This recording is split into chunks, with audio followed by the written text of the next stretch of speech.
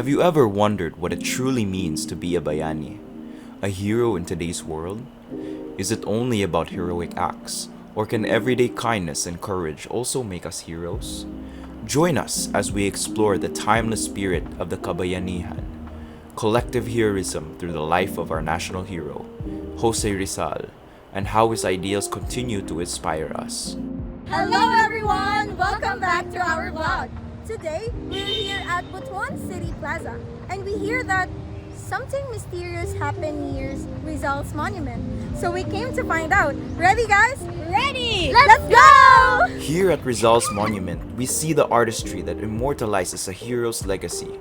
But what truly happened in the life of José Rizal? Let's uncover his story. Guys, we're now here at Rizal's monument. Look at that amazing craftsmanship. I feel proud, but I only knew a small part of Rizal's history. What really happened to him? What was that?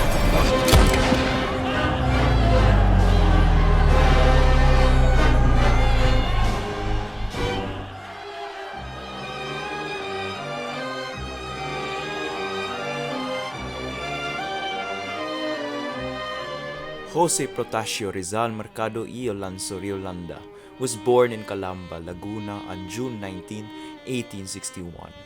Even as a young child, he showed extraordinary intelligence and curiosity. His mother, Doña Teodora Alonso, was his first teacher. She taught him how to read, guided his early lessons, and nurtured him in a deep love for learning. Growing up in a large, close-knit family, Rizal was surrounded by stories, books, and discussions that inspired his imagination. These early experiences helped shape him into the writer, thinker, and the national hero he would later become. Rizal's early years were marked by the loving guidance of his mother and his thirst for knowledge. Pepe, come here. It's time for your reading lesson. Yes, Mother. What are we learning today? We will continue where we left off. Remember, reading opens the world. Someday, I want to write my own story. You will. I believe in you. Rizal's student years shaped his future as a reformist and healer. He studied at Ateneo Municipal, then at UST for medicine, driven by his desire to treat his mother's failing eyesight. Rizal, you always look so busy. There's so much to learn. One day, I want to help my mother see again. You're studying medicine because of her, right?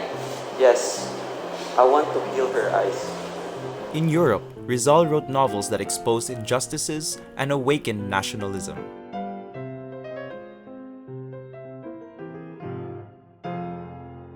Jose, you barely slept. Why do you push yourself too hard? Because if I don't write, who will speak for my country? In the quiet evenings of Madrid, a young Jose Rizal often sat alone by the glow of a small lamp, his pen racing across paper as if it carried the weight of an entire nation. He had left the Philippines physically, but in his mind, he had never escaped the memories of injustice he had witnessed. Abuse in the towns, fear in the fields, silence in the classrooms. These memories stirred in him a determination to speak for those who could not. While studying medicine, Rizal juggled his academic demands with a deeper mission. Every free hour he had, he poured into crafting a novel that he hoped would awaken the Filipino spirit. That novel became Noli Tangere. In coffee shops, boarding houses, and libraries, he revised chapters with relentless focus. He imagined his characters, Crisostomo Ibarra, Maria Clara, Elias, not just as figures in a story, but as reflections of real people suffering under a broken system. When Noli Tangere was finally printed in 1887, Rizal held the book with trembling hands, aware that he had written something dangerous, something powerful, something that could change everything. But the struggle was far from over. The backlash from the friars and colonial authorities was swift and also fierce. Instead of silencing him, it sharpened his resolve. During his travels to London, Paris, and later Belgium, Rizal began crafting a darker, more urgent sequel. Living frugally in a small rented room in Ghent, he often skipped meals just to save enough money to continue the printing. This new novel, El Filibusterismo, carried the bitterness he felt after seeing how deep the suffering of his people ran. Jose, your second one. It feels heavier, angry. Because my people are suffering. El Filibusterismo is a warning of what happens when a nation is pushed to its edge. When José Rizal returned to the Philippines in 1892, he knew he was stepping into danger. The Noli and El Fili had already made him a target, but he refused to hide behind distance. As his ship approached Manila Bay, he stood on deck, watching the shoreline with steady resolve. He came home not as a quiet student, but as a man ready to face the consequences of the truth that he had written. The colonial government wasted no time. Within days of arriving, Rizal founded the La Liga Filipina, a peaceful reform movement meant to unite Filipinos and push for change without violence. But even this was too much for the authorities. They feared what his presence could spark. The same night the Liga was formed, Rizal was arrested. His hopes for moderate reform were silenced with a single order: exile.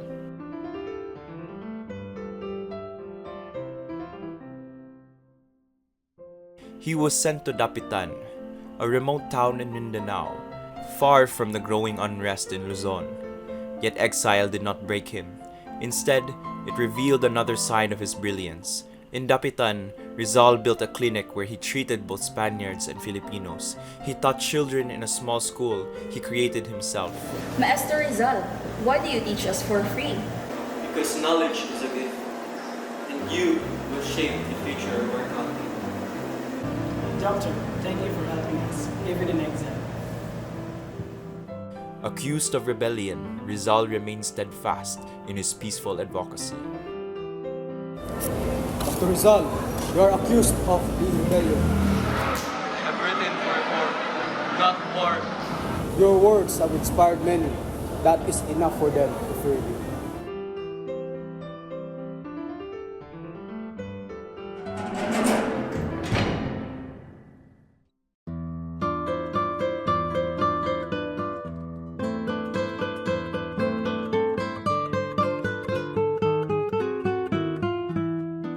In the cold stone walls of Fort Santiago, José Rizal spent his final days in quiet reflection.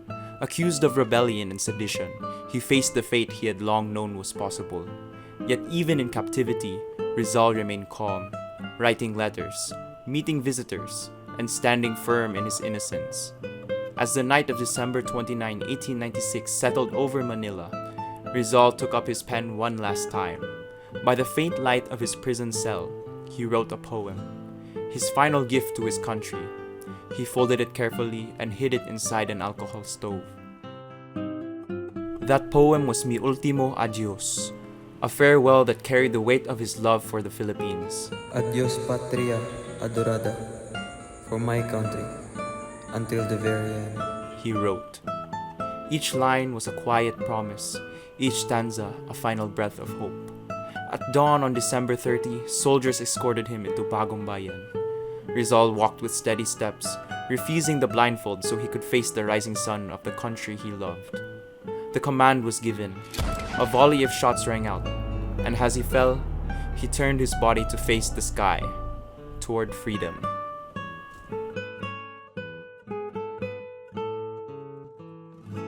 Today, more than a century after his death, José Rizal remains a guiding light in the 21st century Philippines. His fight for truth and his belief in education are echoed in every classroom, newsroom, and community striving for change. In a world of misinformation and division, Rizal's call for critical thinking and moral courage feels more urgent than ever. His legacy reminds us that the real patriotism is not loud, but steady. The daily choice to uplift others and work for a better nation. And that's everything. His books, his life, his sacrifice. He fought with his words and changed the whole nation. And now, I understand why Rizal is our national hero. Because he never stopped loving the Philippines. We're lucky to stand here and remember him. And that was Rizal's story, through a travel back in time. If you like this video, don't forget to like, subscribe, and share!